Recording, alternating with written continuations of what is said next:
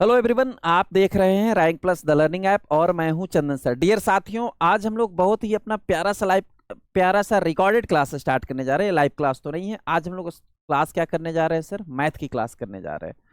और मैथ की क्लास ये 13 है। इसके पहले हमने 12 क्लास कर ली है। पिछले क्लास मैंने आपको रेशियो एंड प्रोपोर्शन का पार्ट पढ़ाया था, तो आज की क्लास में भी हम रेशियो और प्रोपोर्शन के कुछ और भी एडवांस लेवल के क्वेश्चन सॉल्व करेंगे।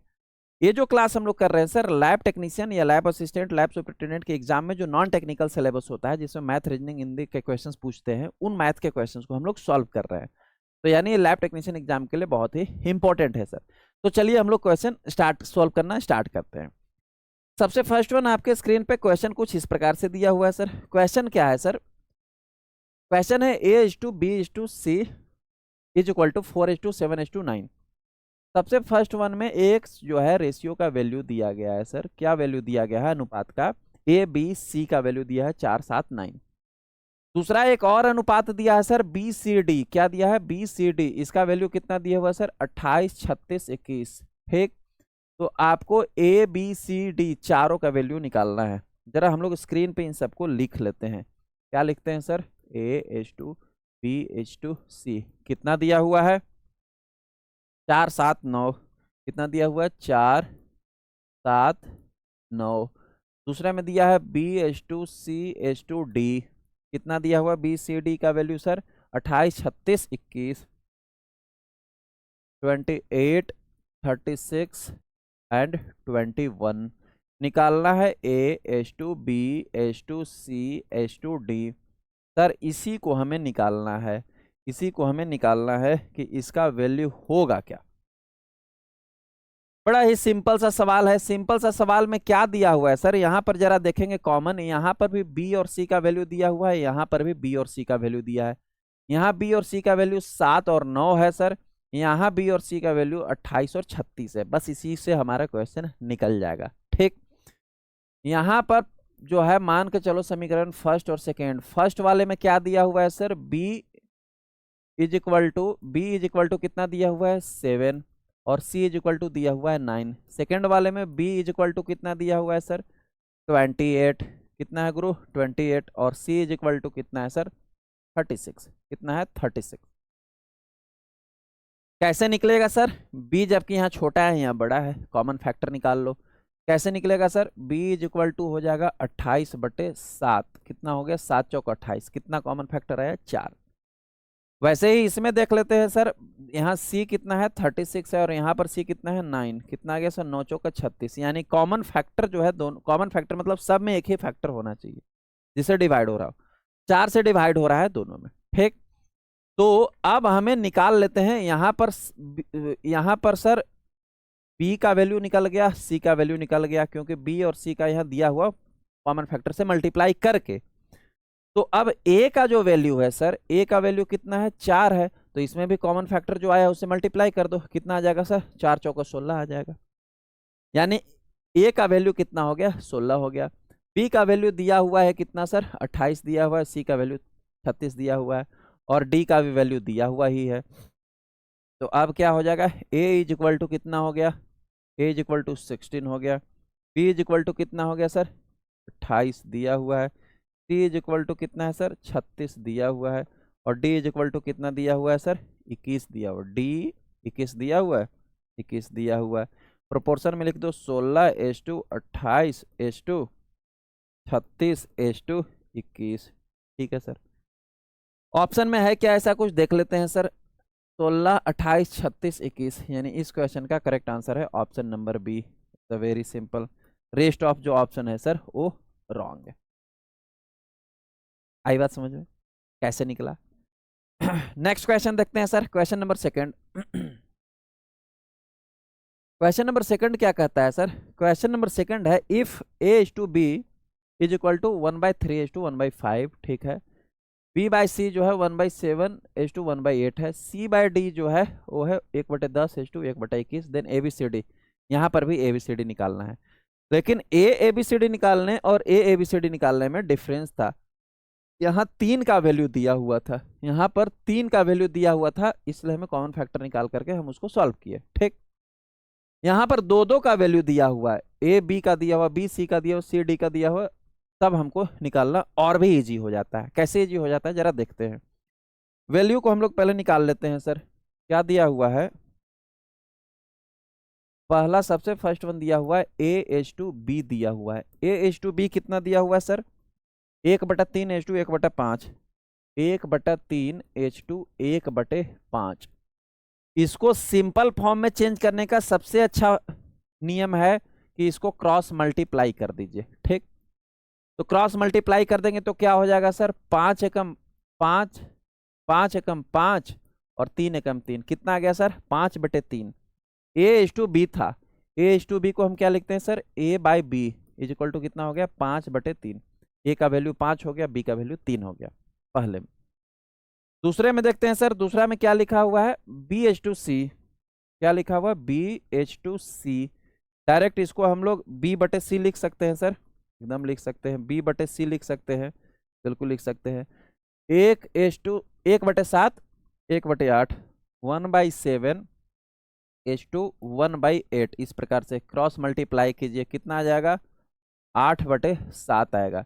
यानी B का वैल्यू 8 है और C का वैल्यू 7 है। ठीक, तीसरे में क्या दिया हुआ है सर, तीसरे में दिया हुआ है C/D, C/D दिया हुआ है, कितना दिया हुआ है सर, 1/10 1/21, 1/10 1/21, क्रॉस मल्टीप्लाई करो। ठीक है, कितना आ जाएगा, 21/10। यानी C का वैल्यू 21 है और D का वैल्यू 10 है।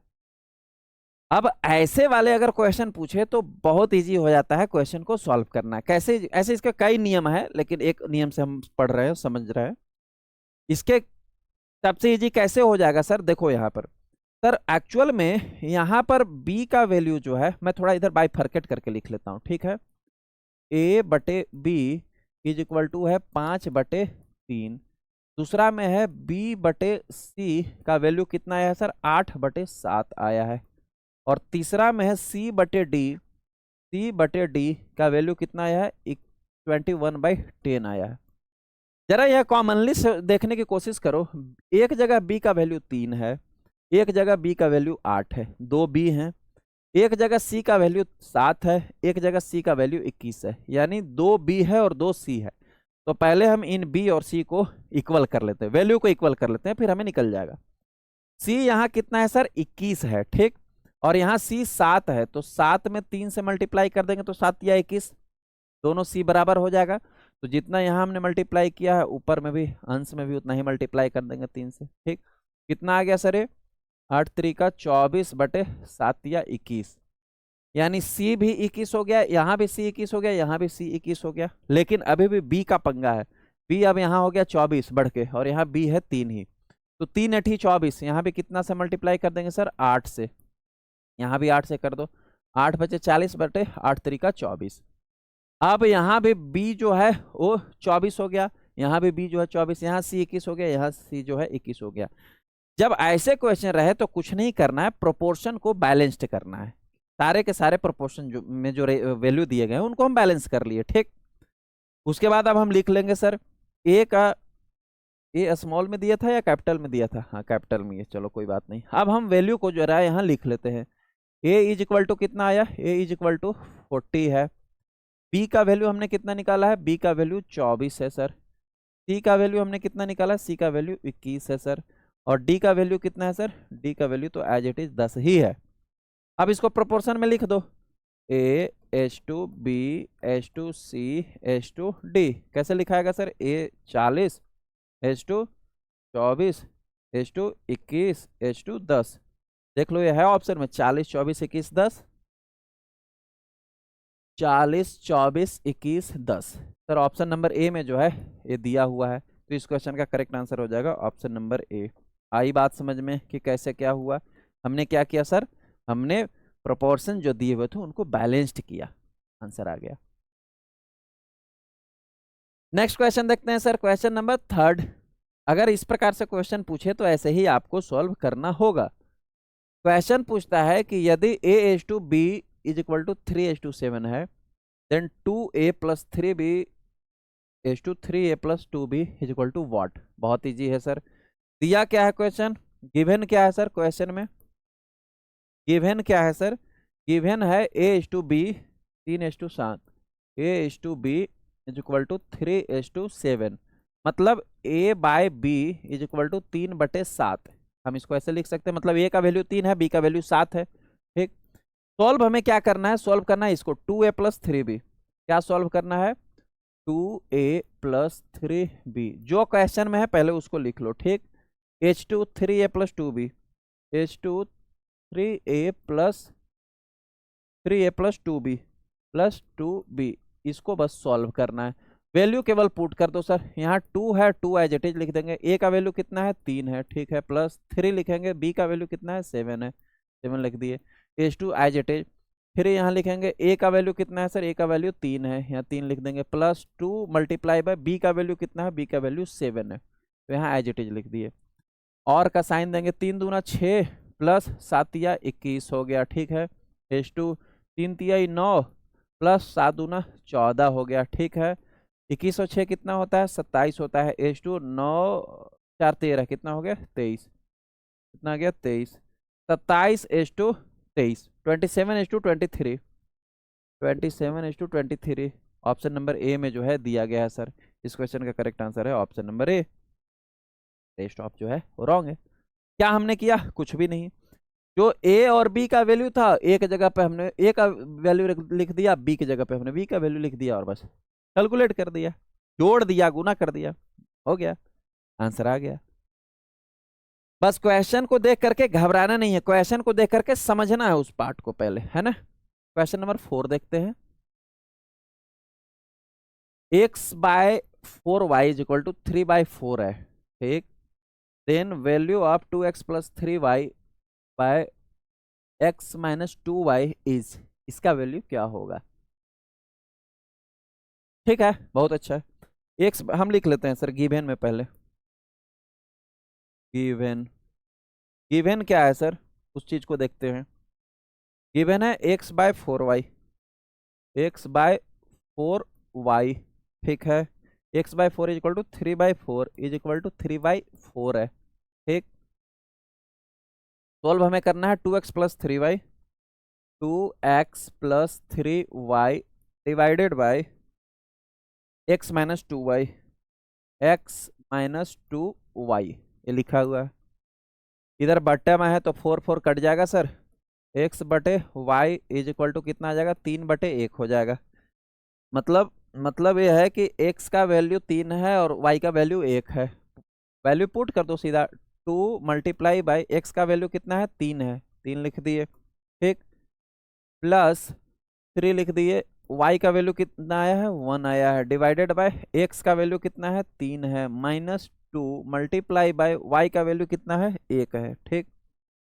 3 दूना 6 प्लस 3 एकम 1 डिवाइडेड बाय 3 - 2 एकम, एक मिनट, यहाँ 2 कहाँ से आ गया,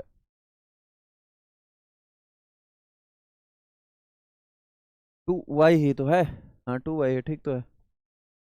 2 एकम 2, ठीक है, 6 3 9, 9 बटे कितना आया, 3 में से 2 गया 1, कितना आ गया सर, 9 आंसर आ गया। कितना आ गया, 9 आंसर आ गया, 9 है, बिल्कुल है सर।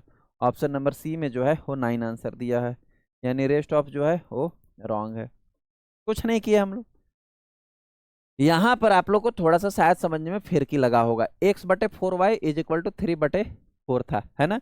तो सर ए प्रोपोर्शन का वैल्यू है, अगर हम क्रॉस मल्टीप्लाई वाला जो हम फॉर्मूला अपनाते हैं, तो क्रॉस मल्टीप्लाई वाला अगर फॉर्मूला अपना करके वैल्यू निकालेंगे तो वही वैल्यू आएगा, आप कैलकुलेट कर सकते हो, ठीक है।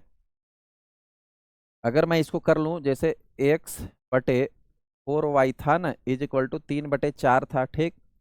इसको ना क्रॉस मल्टीप्लाई कर लो, इसको क्रॉस मल्टीप्लाई कर लो, कितना आ जाएगा सर, 4 तिहाई 12y इज इक्वल टू कितना हो जाएगा, 4x हो जाएगा। आया, 4 तिहाई 12y इज इक्वल 4x, कटेगा तो कितना आएगा, 4 तिहाई 12, यानी x का वैल्यू 3 हो जाएगा, y का वैल्यू 1 हो जाएगा। वही चीज़ मैं आपको वहाँ पर समझा रहा था, वो डायरेक्ट भी हम लोग तो काट सकते हैं, प्रोपोर्शन में है तो, ठीक है। इसका 9 आंसर आ गया। नेक्स्ट क्वेश्चन देखते हैं sir, question number 5। Question number 5 कहता है कि अगर A/B 5:7 है, अगर A/B 5:7 है, देन 6a² माइनस 2b² H to B square minus A square क्या होगा। ए स्क्वायर बी स्क्वायर सब समझ के बहुत कंफ्यूज मत हो जाना कि कहीं a प्लस बी का whole square is equal to A square plus 2ab plus B square, ये सब फॉर्मूला तो नहीं लगाना है, कुछ नहीं लगाना है, फॉर्मूला याद ही नहीं करना है। कॉम्पिटिशन एग्जाम में फॉर्मूला बेस्ड बहुत ज्यादा क्वेश्चन पूछता ही नहीं है, केवल लॉजिकल बेस्ड क्वेश्चन पूछता है सर। ठीक है, इस क्वेश्चन को भी हम लोग सॉल्व कर लेंगे बड़े ही इजिली। सबसे पहले लिख लेते हैं गिवन, गिवन क्या दिया है सर, a बाई बी क्या दिया है, a बटे b इज इक्वल टू कितना दिया है, 5/7 दिया है, 5/7 दिया है। ठीक है, सॉल्व करना है 6a² माइनस 2b², 6a² माइनस 6a² माइनस 2b², यही दिया है ना, 6a² माइनस 2b², बिल्कुल। h2 का यहाँ साइन दिया है, फिर ब्रैकेट क्लोज किया है, b² माइनस a² दिया है, b² माइनस a² दिया है। बड़े ही सिंपली हम करेंगे, जो जो a का वैल्यू है b का वैल्यू, बस उसको वैल्यू को पुट कर दो, उसी को वैल्यू को वहां पर मान बिठा दो। जैसे 6 है एज इट इज छोड़ दिया, a का वैल्यू कितना है 5 है, तो 5 का square minus 2 multiply by b का वैल्यू कितना है 7 है, तो 7 का स्क्वायर कर देंगे। ठीक है, h2 का साइन है तो h2 का साइन एज इट इज दे देंगे। b का वैल्यू कितना है 7 है, तो 7 का स्क्वायर कर देंगे, माइनस a का वैल्यू कितना है 5 है, तो 5 का स्क्वायर कर देंगे, ब्रैकेट क्लोज कर देंगे, या का और का साइन देंगे। अब 5 का स्क्वायर मतलब 5 का स्क्वायर मतलब 5 मल्टीप्लाई बाय 5, 5 पचे 25, 25 छक 150, कितना आ गया 150, माइनस 7 का स्क्वायर 7 मल्टीप्लाई बाय 7 कितना आएगा 49 आएगा, और 49 को 2 से मल्टीप्लाई करो कितना आएगा सर, 9 दूना 18 के 8 हाथ में 1, 4 दूना 8 और 1 9, 98 आएगा, 98 आएगा सर। ठीक है, ठीक है गुरु, इसको मिटाते हैं। H2 है तो H2 का साइन दो, 7 7 49 करो, माइनस 5 5 25 करो, ब्रैकेट क्लोज कर दो। 100 150 में से 98 माइनस करो, 150 में से 98 माइनस करो, 10 में से 8 जाएगा 2, अब यहाँ बच गया 14, 14 में से 9 गया 5, कितना आ गया सर, यहाँ आ गया 52। H2 का साइन दो, 49 में से 25 को माइनस करो, 49 में से 25 को माइनस करो, 9 में से 5 गया 4, और 3 में से 2 गया 1, हाँ जी 5 9, नहीं 9 में से 5 2 2 जाएगा, 4 में से 2 गया 2, 24, कितना आ जाएगा 24। इसको और भी सॉल्व कर सकते हैं क्या, कितना आ गया हमारा 52/24 आ गया, काट दो इसको और सिंपलेस्ट फॉर्म में कर दो, 2 से 26 बार में, 2 से 12 बार में, 2 छक 12, 2 13 26, कितना आ गया 13/6 आ गया, मतलब 13:6 इसका आंसर आया, 13:6। देख लो सर अपने ऑप्शन में, 13:6 हमारा ऑप्शन नंबर सी है, दैट्स वाई इस क्वेश्चन का करेक्ट आंसर है option number C, rest of जो है वो रॉन्ग है। The very simple sir. Hope so sir आपको समझ में आया होगा प्रोपोर्शनल रेशियो के 5 इंपॉर्टेंट क्वेश्चन, इस प्रकार से और भी आप क्वेश्चन सॉल्व कर सकते हो। हम लोग आगे की और भी मल्टीपल क्वेश्चन सॉल्व करेंगे, लेकिन मैं चाहूंगा कि एक क्वेश्चन की सीरीज को प्रोपोर्शनल रेशियो को यहाँ समाप्त किया जाए, अब जो है एक नया चैप्टर भी स्टार्ट किया जाए, क्योंकि आपके पास बुक है, बुक से और भी आप क्वेश्चन सॉल्व कर सकते हो सर। ठीक है, हमें टाइम और अगर रिमेनिंग रहेगा तो और भी रिमेनिंग जो पीछे के चैप्टर रहेंगे, अगर हमारे सारे चैप्टर कवर हो जाएंगे तो पीछे के चैप्टर और भी जो है वो रिवाइज करेंगे, और भी मल्टीपल्स ऑफ क्वेश्चन को हम लोग सॉल्व करेंगे। ठीक है सर, तो मिलते हैं नए क्लास में नए टॉपिक के साथ। Thank you.